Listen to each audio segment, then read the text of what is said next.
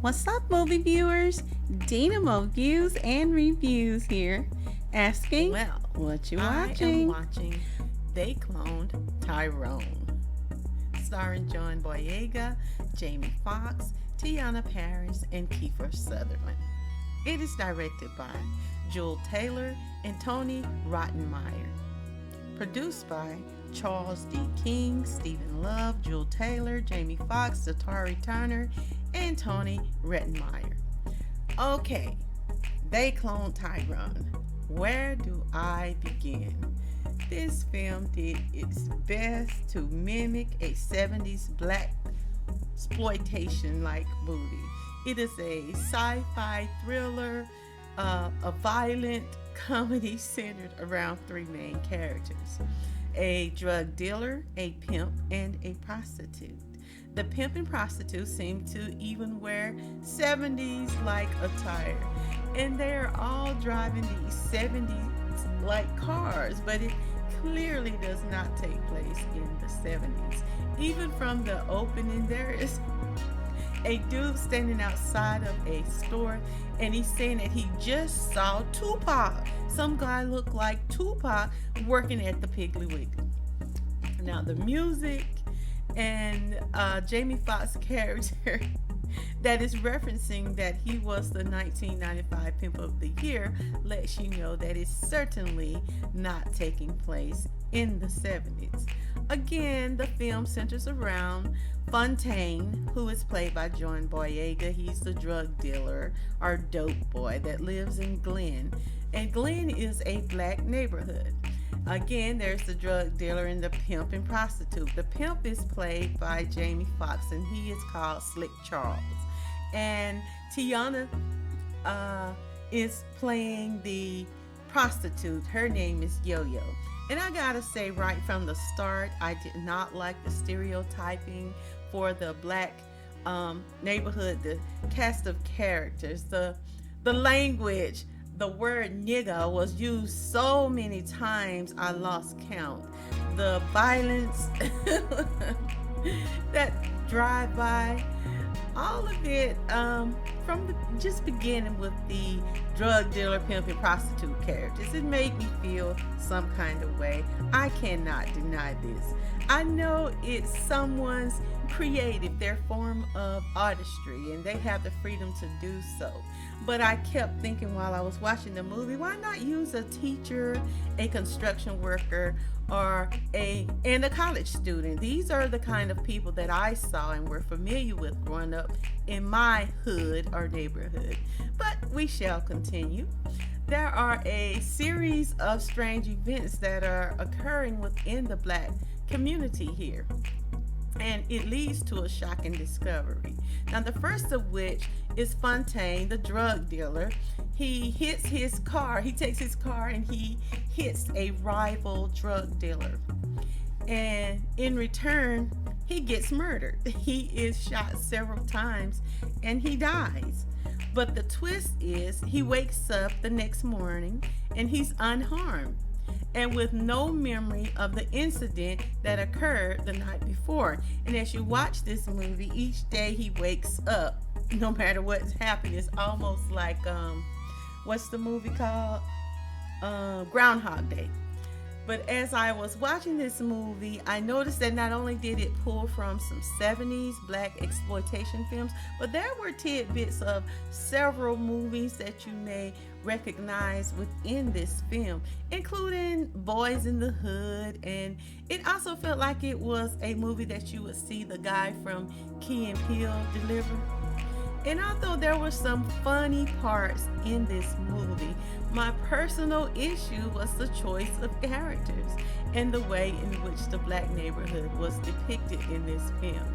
I just do not like the typical stereotypes for black communities. The fried chicken, ooh, goddamn, this is what they would say whenever the commercial playing in the background. The drinking 40s, like I said, the drug dealing, prostitution, and big pimping, even the mind controlling music and the dark, dingy kind of dope boy trap house seeing it just made me feel some kind of way. I felt like the underground lab discovery, and yes, I am giving spoilers, and the secret mine experimentation facility, it was a very good plot. And discovering that Uncle Sam was actually observing and controlling black people with chemicals in the food and the beverages and the hair products and in the music that they listened to. This was interesting, much of which I think was also symbolism, and it was a very good twist. I like that part of it, but their goal was then to find who was at the core of this nefarious plot to control the mind and behavior of black people in the hood, and found out why are they being watched. Why? It ends up being an attempt to clone and ultimately replace or turn black people into Caucasian people, white people, which explained this white guy that kept appearing with this afro. He is supposed to be the end result. He was throughout the movie. It's still a bit confusing, but the author of it all believed that assimilation was better than annihilation. I just could not get over the negative depiction of black people in the hood. Overall, I'm sorry. Like I said, if they'd chosen a different characters with different professions, I would say. You could have used the same people.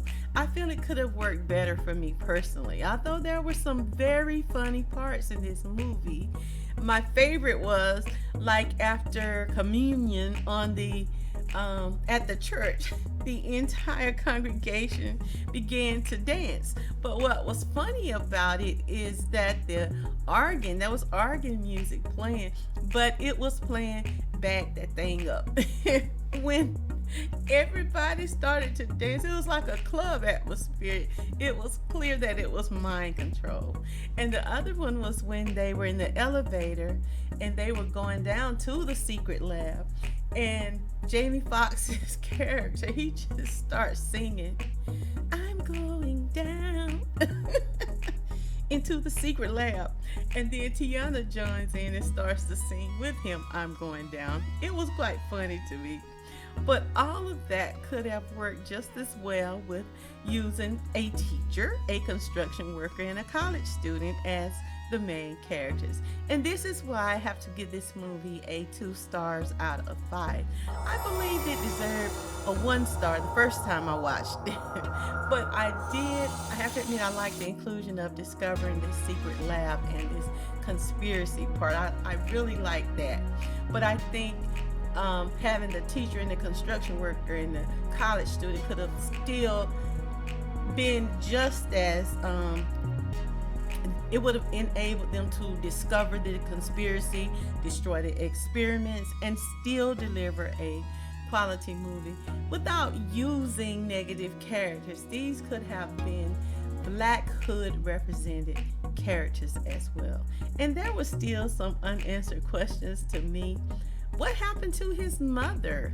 And why was there only a speaker in the room when he attempted to talk to her and he actually opened the door? It's just a speaker there.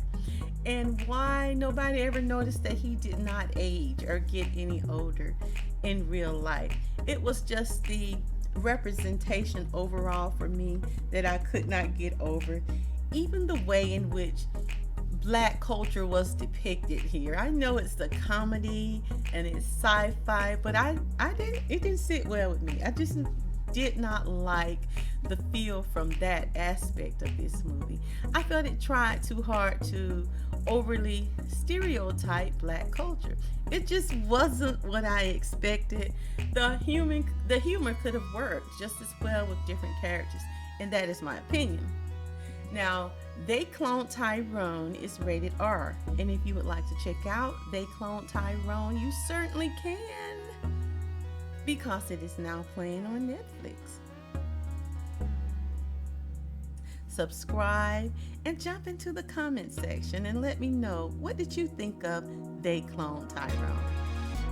This has been Dena Mo Views and Reviews. Join me for my next movie review and our recommendation, and I want you to remember, It's my view. Now, what you watching?